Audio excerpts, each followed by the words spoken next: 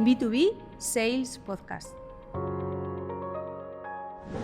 Hola Cris, ¿qué tal? Pues muy bien, Pilar, aquí otro día para compartir con nuestros compis nuestra experiencia como Agile Coach en Telefónica. ¿Y qué has pensado que les contemos hoy? Pues mira, venía pensando que podíamos hablar de mentalidad Agile, ¿vale? Porque creo que puede ayudarnos a negociar y fidelizar mejor a nuestros clientes. ¿Cómo lo ves? Muy interesante. Porque además, Pilar, tú sabes que cuando hablamos de Agile, realmente hablamos de toda una filosofía que está compuesta por valores y principios. Sí, suena un poco a secta esto de los valores y principios, pero al final no deja de ser esos valores y esos principios unas guías para adecuarnos nuestros comportamientos a este entorno tan cambiante, ¿no? Agile al final es adaptación y adaptarnos, y esto lo que hace es que esos comportamientos sean lo más adaptativos posibles a este contexto que tenemos actual. Pues cogiéndote esto de referencia, vamos a proponer una tabla de entrenamiento con una serie de ejercicios y de tips que nos van a ayudar a tener conversaciones de mayor éxito, bien sea con nuestros clientes, con nuestros colaboradores y, oye, nuestra vida en general también, que esto aplica a todo. Me parece muy bien. Pues vamos con el primer ejercicio, Pilar. Venga, te voy a proponer el primer ejercicio, ¿no? Venga. Y lo primero que vamos a hacer es cambiar nuestra estructura de pensamiento, que suena así como muy difícil, pero lo vamos a hacer para que todo el mundo pueda. Cuando nosotros en nuestra estructura de pensamiento metemos los peros, ¿Sí? Lo que hacemos es cerrar oportunidades.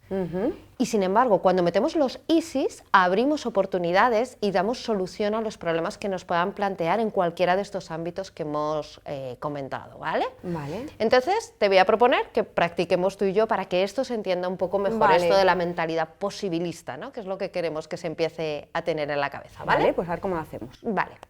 Voy a ser ahora yo tu cliente, ¿vale, Cris? Venga. Y entonces vienes a verme y lo que te digo es: Cristina, esta oferta que me has presentado no tiene el alcance que yo esperaba. ¿Qué me responderías? Pero Pilar, con el presupuesto que me diste, es el alcance que te puedo ofrecer. Ya, pero es que además la tecnología que me has propuesto no es la que tenemos en nuestra organización homologada. Pero es una de las mejores tecnologías que hay en el mercado, además es la que nosotros utilizamos. Vale. Pues ahora vamos a hacer ese cambio de esa estructura mental que estábamos hablando. Y quiero que en este mismo contexto, ¿Sí? en tu cabeza solamente me puedes contestar con un easy. Tiene que comenzar tu frase con un easy, ¿de acuerdo? Vale, vamos allá. Pues voy otra vez. Cristina, esta oferta que me has presentado no tiene el alcance que yo esperaba. Pilar, ¿y si nos sentamos y vemos conjuntamente cómo adecuar tu presupuesto al alcance? Vale, me parece buena idea. Además, la tecnología que me has presentado no es la que tenemos homologada, ¿eh? ¿Y si nos juntamos con los fabricantes y vemos cuáles son las ventajas e inconvenientes de cada una de las tecnologías y cuál es la que mejor se adapta a tus necesidades? Me parece bien. ¿Qué tal? ¿Cómo te has sentido? Pues es curioso, Pilar, porque cuando empezaban las frases con un pero, automáticamente mi cabeza se iba a pensar en objeciones y en problemas. Sí.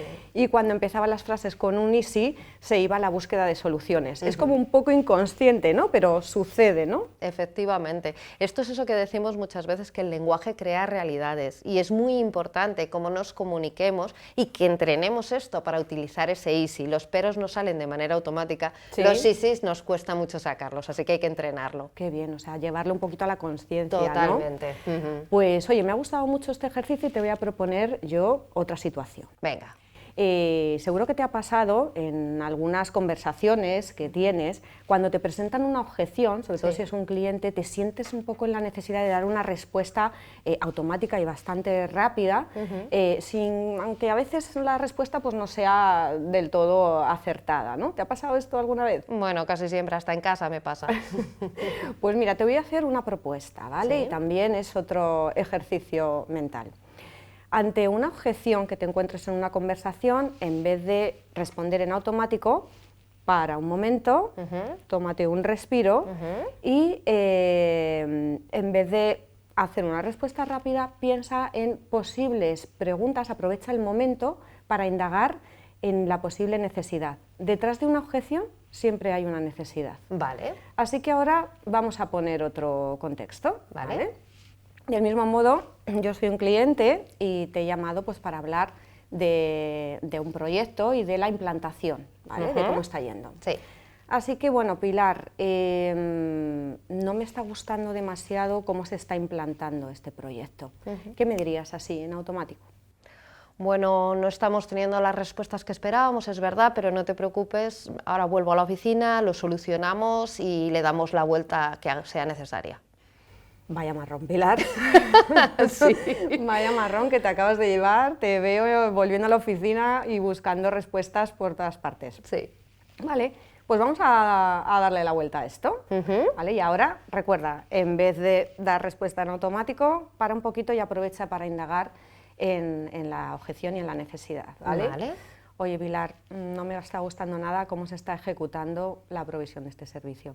Vale, pues aquí pararía, pensaría en preguntas abiertas, preguntas que me permitan justo lo que tú estabas diciendo, ¿no? Indagar en esa necesidad del cliente, esa inquietud, qué es lo que ocurre. Entonces podría preguntar, por ejemplo, para acotar también, ¿no? Hay veces que hablamos muy en general, pues acotemos qué es exactamente lo que no le está gustando. Te preguntaría, ¿qué es exactamente de esta ejecución lo que no te está gustando? O, por ejemplo, podríamos preguntar también, ¿cómo podríamos cambiar o en qué te está afectando a ti y a tu organización esta gestión? ¿Cuál es el dolor aquí, ¿no? Eso también lo podríamos preguntar. O quizás, ¿qué te parece si lo revisamos juntos, vemos cuál es el problema y cambiamos eso que tú quieras para de aquí en adelante hacerlo de una manera que os sirva mejor a vosotros? ¿Cómo lo ves? Pues hombre, mucho mejor esta respuesta. ¿Tú cómo te vas? Me voy con un plan de acción en lugar de con un marrón, creado con el cliente y pues eso, preparado para trabajar. ¿Sabes también otras de las situaciones en las que podemos entrenar? Tú sabes, ¿recuerdas esas veces que con una vaga conversación, con 4 puntos que tienes con el cliente, incluso con tu jefe o con un compañero, te vas a elaborar la súper oferta y cuando llegas de nuevo al cliente te dice, sí, es que esto no es lo que yo necesitaba? Pues sí, y te pasa en muchas facetas de la vida además. Sí, efectivamente. ¿Qué es lo que ocurre aquí? A ver, normalmente cuando el cliente tiene esas conversaciones ni siquiera él tiene refinada cuál es la necesidad que tiene, con lo cual es más interesante, en lugar de irte y preparar la oferta tope gama, pues parar, tener una conversación, ir elaborando y trayendo ese feedback, ¿no? Ese feedback temprano que es tan importante para nosotros. Pues completamente de acuerdo, Pilar, porque es mucho más interesante recibir ese feedback durante la elaboración de la oferta en formato borrador que llegar y presentarles una oferta que probablemente no tenga nada que ver con la necesidad. Sí, y además te digo otra cosa, que mientras estás tú ahí mano a mano con el cliente, con el feedback y elaborando la oferta, evitas que se te cuele la competencia mientras el cliente está esperando a tu oferta perfecta. Totalmente. Y además en esto que estamos hablando del tema de las conversaciones, me viene a la cabeza otra cosa súper importante, Pilar. ¿Tú cuál crees que es el canal de comunicación de preferencia entre las personas? Hombre, pues yo siempre he premiado el cara a cara, pero sé que con esto del COVID esto ha cambiado bastante, ¿no? Pues sí, ha cambiado mucho, ya lo sabes, el COVID nos trajo un antes y un después y sobre todo en los temas de comunicar. Antes del COVID ya sabes que todas nuestras reuniones eran prácticamente presenciales, ¿no? Y eso aportaba mucho valor.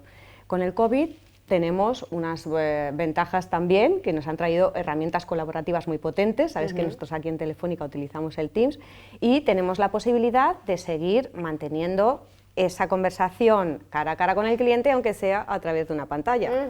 Así que te voy a preguntar, ¿cuáles crees tú que son las claves para seguir manteniendo esa cercanía al cliente a pesar de tener una pantalla en medio? Pues a ver, tengo 3 cosas súper claras que además son las que ponemos en juego con todos los equipos, ¿no? Y son muy interesantes. Primero, las conversaciones cara a cara hay una parte fundamental que no podemos perder por el contexto híbrido, que es la información no verbal. Esto es tan sencillo como encender la cámara. No es lo mismo cuando yo te hablo, si estás viendo mi cara, qué es lo que te quiero decir y mi expresión, que si solamente te llega un audio. Entonces, eso no lo podemos perder, nos da muchísima información, así que animaros, tanto entre colaboradores como con cliente, por supuesto, a encender esa cámara. Como segunda, se me ocurren las herramientas estas colaborativas que tenemos para cuando queremos crear una idea en conjunto, ¿no? Sí. Cuando tú estás en una situación presencial y en una mesa con un cliente, con tu jefe, con tu colaborador, sacas un folio y escribes, ¿no? Y es una manera de interactuar y de crear los dos. Bueno, pues tenemos una alternativa también en híbrido, que no podemos renunciar a ella, que son las pizarras, ¿no? Dentro de Teams tenéis una que podéis incorporar y es una buena manera de hacer muy partícipe al cliente de esas ideas, ¿no? Sí. Esa sería la segunda. Y la tercera, que parece muy obvia, pero no lo es estar presente. Estar presente. Sí, cuando estamos en una pantalla es muy fácil que nos distraigamos, que no nos comportemos igual que si estuviéramos en una sala de reuniones, ¿no? Sí. Llegan notificaciones de Teams, el teléfono, a veces, bueno, pues nuestra mente se va.